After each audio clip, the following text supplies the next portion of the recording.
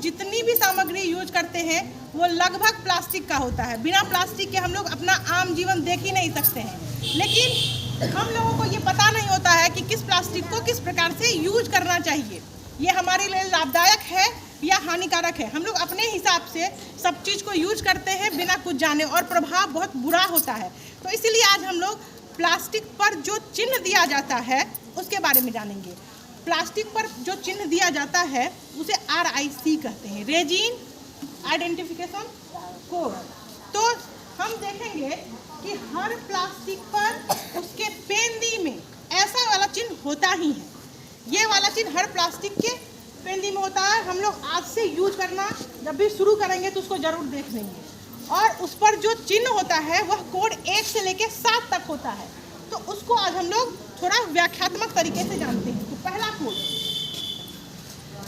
Code हम लोग देखते हैं जिसमें इसके अंदर में 1 लिखा होगा और इसे PT पॉलीथिलीन टेट्रालेट कहते हैं। और ये वाला चिन्ह हमको हमेशा मिलेगा कोल्ड ड्रिंक की बोतल पर, डिटर्जेंट और क्लीनर कंटेनर पर।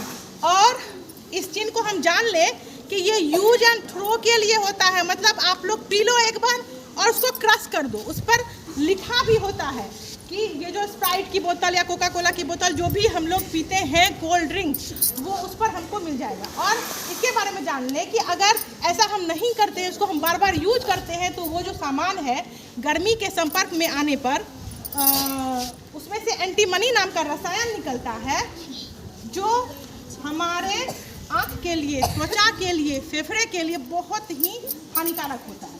ठीक है, अब हम जानेंगे दो नंबर जानेंगे HDPE। इस पर दो मार्क लिखा रहेगा। और HDPE ये सबसे ज़्यादा यूज होने वाला प्लास्टिक है, बनाना बहुत आसान है। ये जो कैरी बैग हम लोग सब्जी लाते हैं ब्लैक वाले पॉलीथीन में, वो भी यही है। दूध का पैकेट, पानी और जूस का कंटेनर जो फ्रूटी पीते हैं हम लोग, वो भी यही है। तो इसके बारे में हम ये जान लें कि ये रिसाइकल किया जाता है। हम अंत में बताएंगे कि रिसाइकल करने वाले प्लास्टिक को कैसे पहचानेंगे, उसमें क्या चिन्ह होता है। तो रिसाइकल से पहले ये जान लें कि अगर इस प्लास्टिक को हम लोग लगातार यूज कर रहे हैं, सूरज के संपर्क में ये प्लास्टिक आता है, तो नॉनिल फिनॉल नाम का रसायन इसमें से निकलता है। और ये क्या करेगा, हमें कैंसर दे सकता है, फर्टिलिटी पर असर हो सकता है और हमारी इम्यूनिटी भी कमज़ोर कर सकता है ये रसायन। आजकल इनफर्टिलिटी का केस बहुत ज़्यादा आ रहा है, तो कहीं ना कहीं इसमें ये प्लास्टिक शामिल है। तो हमने 2 कोड को भी जान लिया। अब हम जानते हैं कोड 3 के बारे में। जिस भी प्लास्टिक पर हम देखेंगे कि कोड 3 यानी कि PVC लिखा होगा, वो पॉलीविनाइल क्लोराइड होता है। और प्लम्बिंग पाइप के बारे में हम जान लें कि इस तरह का जो प्लम्बिंग पाइप होता है वो भी इसी से बनता है। खून की बोतल, खिड़की का फ्रेम, ये सारा कुछ, माउथ वॉश की बोतल, इस प्रकार का बोतल, ये सब पे 3 नंबर करके PVC लिखा हुआ रहता है। और इसकी हानिकारक प्रभाव हम जान लें कि ये क्या होता है। इसमें से फोथेलेट्स रसायन निकलता है जो हमारे विकास हार्मोन को प्रभावित करता है और अन्य हार्मोनल व्याधि उत्पन्न करता है। तो इस प्लास्टिक का यूज जहाँ है बस हम वही करें, ऐसा ना करें कि ये जो कुछ डब्बा बचा या इसको बाद में हम अपने खाद्य सामग्री या किसी चीज़ में शामिल करें सामान स्टोर करने के लिए। ठीक है, अब 4 नंबर जो ये कोड प्लास्टिक के ऊपर में रहता है, इसको देखेंगे हम LDPE, लो डेंसिटी पॉलीथीन भी कहते हैं। सबसे बड़ी बात क्या है कि खाद्य और दवा पैकेजिंग, जैसे ब्रेड को रैप किया हुआ रहता है, किराना दुकान के लिए सामान जो मिलता है, दही के डब्बे में जो प्लास्टिक ऊपर से चढ़ाया हुआ होता है, इसे हम सुरक्षित प्लास्टिक भी कह सकते हैं। दवाई जो हमारे पास कैप्सूल होती है उसको जो हम रैप से निकालते हैं, वो सारा पॉलीथीन या प्लास्टिक जो है वो LDP है, कोड 4 है। इसमें भी ये अच्छे रूप से हमारे लिए है, लेकिन फिर भी अगर ये फ्रिज नहीं किया गया, ठंडे स्थान पर नहीं रखा गया, तो ये भी सूरज की रोशनी में नॉनिल फिनॉल नाम का रसायन छोड़ता है जो हमारे स्वास्थ्य के लिए हानिकारक होता है। ठीक है, अब कोड 5 जो है वो अच्छा प्लास्टिक माना जाता है हमारे लिए, और ये है PP। इसे हम लोग कहते हैं पॉलीप्रोपिलीन प्लास्टिक कंटेनर, जो भी हम सामान स्टोर करते हैं, जिस भी प्लास्टिक के डब्बे में, कोई बड़ा सा दही का डब्बा आ गया या कोई ऐसा सामान जिसमें कुछ रखा हुआ, हम लोग अनाज वगैरह भी लेके रख लेते हैं, वो सारा यही PP वाला आता है।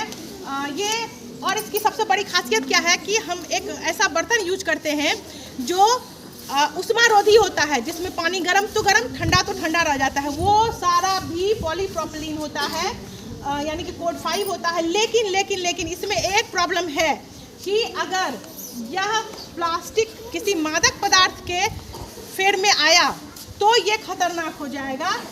खतरनाक फॉर्मल्डिहाइड ये बनाता है और फिर इससे जो एलर्जी होगी वो गंभीर चक्कर होगा, खुजली या दाना हो सकता है, सांस लेने में परेशानी हो सकती है। ये कोड 5 ये फिर भी सुरक्षित है हमारे लिए। और अब देखते हैं हम लोग कोड 6। कोड 6 जो है उसे हम लोग PS कहते हैं, पॉली स्टीरोफोम। ये डिस्पोजेबल जितना सारा कप आता है, भोज में जो हम लोग प्लेट्स यूज करते हैं, वो सारा कुछ, अंडा का कार्टून जो होता है, वो सब ये इसी में आता है। और इसके बारे में जान लें कि गरम गरम खाना जो हम लोग खाते हैं वो स्वाद लेके वो बिल्कुल ना खाएं, क्योंकि गर्मी के संपर्क में आने पर ये प्लास्टिक बहुत ही खतरनाक रसायन छोड़ता है, स्टेरिन नाम का रसायन, जो बिल्कुल हम लोगों को कैंसर के लिए मजबूर कर देता है शरीर को।